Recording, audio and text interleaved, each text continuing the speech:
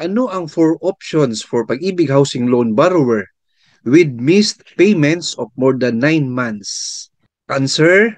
Actually, friends, maganda ito na home saver programs ng Pag-ibig Fund.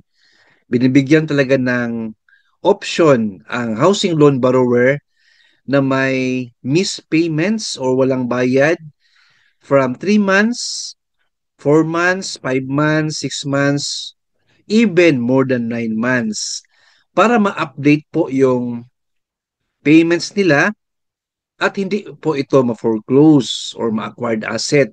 Two thumbs up Pag-ibig Fan. So ang tanong, ano pala itong four options na number one, housing loan restructuring. Number two, plan of payment. Number three, housing loan revaluation.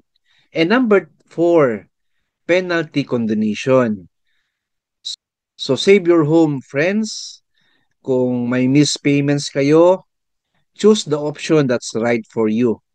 So ang gawin ninyo, friends, punta kayo sa Pag-ibig branch na malapit sa inyo at mag-inquire nitong apat na option.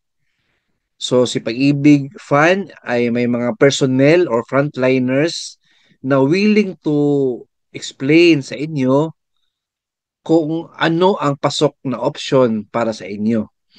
So simply visit Pag-ibig branch na malapit sa inyo at magpili agad ng isa para ma-save yung bahay ninyo at hindi ma-foreclose or ma-acquired asset at ma-update pa ang payments ninyo.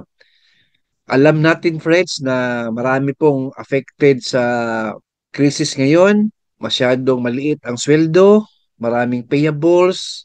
As a result, hindi nakabayad or naka-update sa Pag-ibig housing payments nila.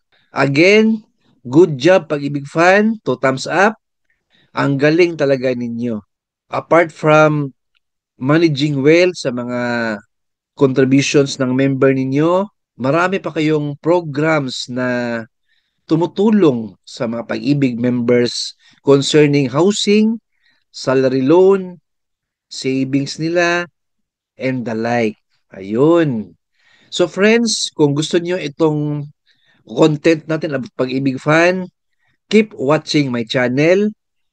Alright? Please like, share this video, and subscribe to my YouTube channel. Thank you, God bless, and 2 thumbs up.